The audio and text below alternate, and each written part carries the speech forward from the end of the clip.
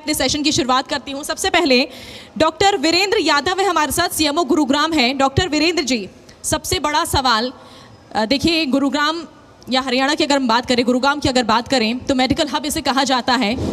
Delhi NCR का medical hub इसे कहा जाता है गुरुग्राम। ऐसे में किस तरह की व्यवस्थाएं हैं वर्तमान में?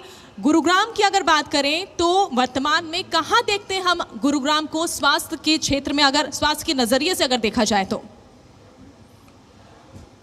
नमस्कार, मैं डॉक्टर वीरेंद्र यादव, सीएमओ गुरुग्राम। अगर हम पिछले 3 साल या 2 साल की खास करके हम बात करें कोविड से रिलेटेड, अगर और उससे आगे अगर हम जोड़ के बात करना चाहें तो गुरुग्राम की भौगोलिक स्थिति को देखते हुए या नेक्स्ट टू एयरपोर्ट और दिल्ली एनसीआर में जिस तरह से देखते हुए, और जो टू एंड फ्रो अगर गुरुग्राम में रहता है, मैं ये कहूँ एम्प्लॉइज़ का या एक आम जन का आना जाना जो रहता है, उसके बावजूद अगर मैं बात कहूँ तो स्वास्थ्य सेवाएं या हेल्थ सर्विसेज जो हमने प्रोवाइड करी, ओवरऑल हरियाणा में सबसे ज़्यादा कोविड के केस होने के बावजूद भी गुरुग्राम ना केवल सबसे कम फैटेलिटी वाला ज़िला है अभी तक पूरे देश में अगर बात करूं, जहां मृत्यु दर कोविड की वजह से सबसे कम हुई। वैक्सीनेशन में अगर मैं बात करूं उसके साथ ही, तो गुरुग्राम स्वास्थ्य सेवाओं में वैक्सीनेशन में पूरे देश में अगर डिस्ट्रिक्ट वाइज की बात करें तो प्रथम स्थान पर था और अभी भी प्रथम स्थान पर रहा है।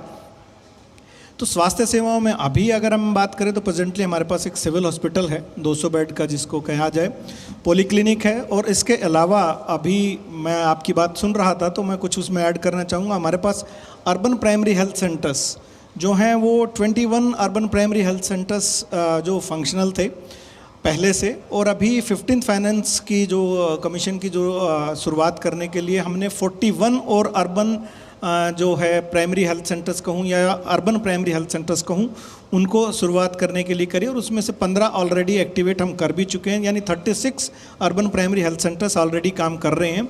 2 सब डिविजनल हॉस्पिटल हमारे पास इस वक्त है, सोहना में और पटौदी में। बढ़ते आगे डॉक्टर युगल किशोर जी से मैं अगला सवाल करना चाहूँगी। डॉक्टर युगल किशोर जी, जिस तरह से बीते 2-3 साल हमने देखे कोविड आया और ऐसे में बड़ी चुनौती होगी आप सभी के लिए, किस तरह की चुनौतियां आप लोगों ने फेस की और क्या उपलब्धियां इस दौरान आपने पाई? मैं सबसे पहले धन्यवाद कहना चाहूँगा जी मीडिया का, जी दिल्ली एनसीआर जिन्होंने मेरे को बुलाया, और स्पेशली मैं जो मेरा अपना ऑब्जर्वेशन रहा, पिछले मैं 20 ईयर से हूँ इस लाइन में, हेल्थ केयर इंडस्ट्री में। अभी हमारे पास जो सीएमओ साहब हैं, इनके नेतृत्व में जिस हिसाब से हमने जो है जो कोविड का जो काफ़ी सीरियस जो थी प्रॉब्लम्स, उसको जो सॉल्व किया और इजीली मैनेज किया, बहुत सराहनीय रहा। काफ़ी इन्होंने हमारे को time to time meetings organise कराई, और प्राइवेट हॉस्पिटल और गवर्नमेंट जो हॉस्पिटल जो सेटअप्स थे उसके बीच में जो इंटरेक्शन नहीं था वो अभी बहुत अच्छा रहता है। तो सर के लिए एक बार मैं क्लैपिंग चाहूँगा सभी लोगों से, क्योंकि उन्होंने काफ़ी कुछ हमारे को सिखाया, समझाया। और जैसे कि पहले जब कोविड का जो टाइम था, हमने देखा कोविड के टाइम पर ऑक्सीजन की काफ़ी प्रॉब्लम्स थी। तो अपना जैसे हमारा हॉस्पिटल है IS medical hospital Gurgaon Khansa road पर, तो मैंने देखा कि ऑक्सीजन की काफ़ी कमी आ रही थी, तो हमने वहाँ पर अपना ऑक्सीजन प्लांट लगाया, और उसके बाद में फिर नोटिफिकेशन आया। तो एक ये हमारी अपनी एक उपलब्धि है, और मैं सभी हॉस्पिटल्स, प्राइवेट हॉस्पिटलों से कहूँगा कि जितने हॉस्पिटल अपना लगा सकें ऑक्सीजन प्लांट लगा कर रखें, क्योंकि पता है कोविड कभी भी आ सकता है वापस, और पहले कंपेरिजन में अभी हम कोविड के लिए सक्षम हैं, काफ़ी हम उसको मैनेज कर सकते हैं चीज़ों को। समीर भाटी जी भी बने हुए हैं। समीर भाटी जी, पैथ लैब को लेकर देखिए कई सारी नई टेक्नोलॉजी आ रही होगी, सरकार की तरफ से काफ़ी प्रोत्साहन मिलता होगा प्राइवेट इंस्टीट्यूशंस को कि ताकि वो बढ़ावा दें, और ये नई टेक्नोलॉजी कहीं ना कहीं काफ़ी ज़्यादा ज़रूरी हो गई आगे बढ़ने के लिए, और मेडिकल को लेकर देखिए जो परेशानियां आ रही है, तो इस तरह से क्या आप लोगों को मदद मिल रही है सरकार की तरफ से? बिल्कुल, देखिए अगर हम पोस्ट पैंडमिक देखें कोविड के बाद का, तो और इवन कोविड के दौरान भी हम देखें तो काफ़ी ज़्यादा एक ये हेल्थ काफ़ी एक बड़ा एजेंडा बना है, और इसके ऊपर अब काफ़ी चीज़ें, काफ़ी डिस्कशन होना शुरू हुआ है। इनफैक्ट सीएमओ साहब भी यहाँ बैठे हैं कि कोविड के दौरान भी किस तरह से जो पब्लिक हॉस्पिटल, पब्लिक इंस्टीट्यूशंस है, गवर्नमेंट हॉस्पिटल्स है, गवर्नमेंट ने और जितने भी प्राइवेट इंस्टीट्यूशंस हैं, उन लोगों ने किस तरह से कोलैबोरेशन में इस चीज़ पे काम किया। स्पेशली चाहे लेबॉर्ट्री सर्विसेज की भी देख लीजिए, टेस्टिंग को लेके कि इनिशियली किस तरह से टेस्टिंग को लेके काफ़ी सारी चैलेंजेस थे, बट बाद में जब एक कोलैबोरेशन हुआ गवर्नमेंट एंड प्राइवेट इंस्टीट्यूशंस का, तो उसके बाद जो टेस्टिंग की रफ्तार है वो भी काफ़ी तेज़ बढ़ी। और जैसा हम बात करते हैं कि किसी भी चीज़ में, इवन अगर पेंडेमिक के अंदर भी देखें तो वहाँ पर बीमारी की रोकथाम, प्रिवेंशन बहुत ज़्यादा ज़रूरी था। इनफैक्ट हम कोविड के लिए भी बात करें तो वहाँ पर सबसे ज़्यादा ज़रूरी था जब भी हम बात करते थे उसके प्रिवेंशन की, कि टेस्टिंग एंड ट्रैकिंग। तो वो टेस्टिंग का काफ़ी योगदान रहा और उसी दिशा के अंदर जैसे अभी सरकारें काम कर भी रही है कि पब्लिक प्राइवेट पार्टनरशिप, कहीं ना कहीं ये वाली अभी चीज़ें काफ़ी ज़्यादा इंक्रीज़ हो रही है और मैं समझता हूँ कि होना भी ज़रूरी है।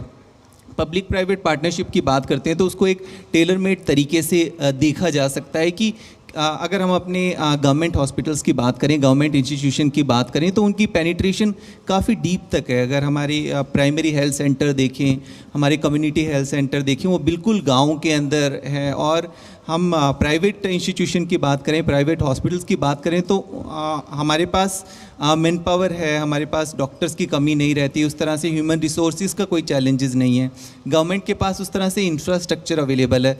तो कहीं ना कहीं जो गैप नज़र आता है स्पेसिफिकली कि अगर मैन पावर का चैलेंज है, इक्विपमेंट से रिलेटेड कोई चैलेंज है, तो वहाँ पर प्राइवेट प्लेयर्स का रोल आ सकता है और वो कमी को प्राइवेट प्लेयर्स फुलफ़िल कर सकते हैं।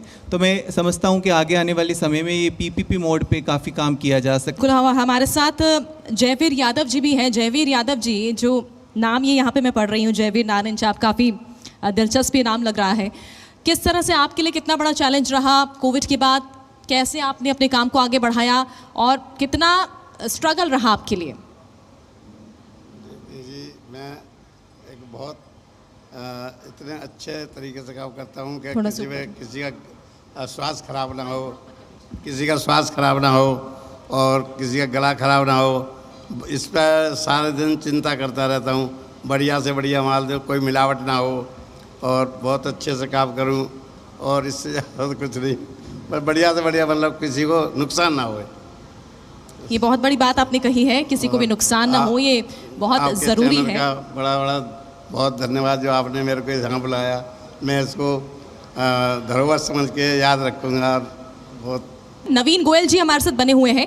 नवीन गोयल जी, पर्यावरण को लेकर किस तरह से आगे कदम उठाए जा रहे हैं? देखिए, पराली जलाने का मामला सामने आया है, प्रदूषण बढ़ता है, दिवाली के बाद से ही देखिए प्रदूषण बढ़ जाता है और ये जनवरी के बाद तक रहता ही है, या ये कहें कि साल भर रहता है। तो बहुत ज़्यादा ज़रूरी है कि पर्यावरण को लेकर कोई बड़े कदम उठाए जाए।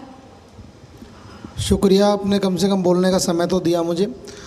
वैसे तो ये हेल्थ का टॉपिक है तो डॉक्टर साहब, सब लोग, हमारे CMO साहब और सब बता ही रहे थे, बट ये बात भी बिल्कुल सही है कि पर्यावरण और हेल्थ दोनों एक दूसरे से जुड़ी हुई हैं। अगर हमारी स्वच्छता होगी तो हमारा स्वास्थ्य भी सही रहेगा।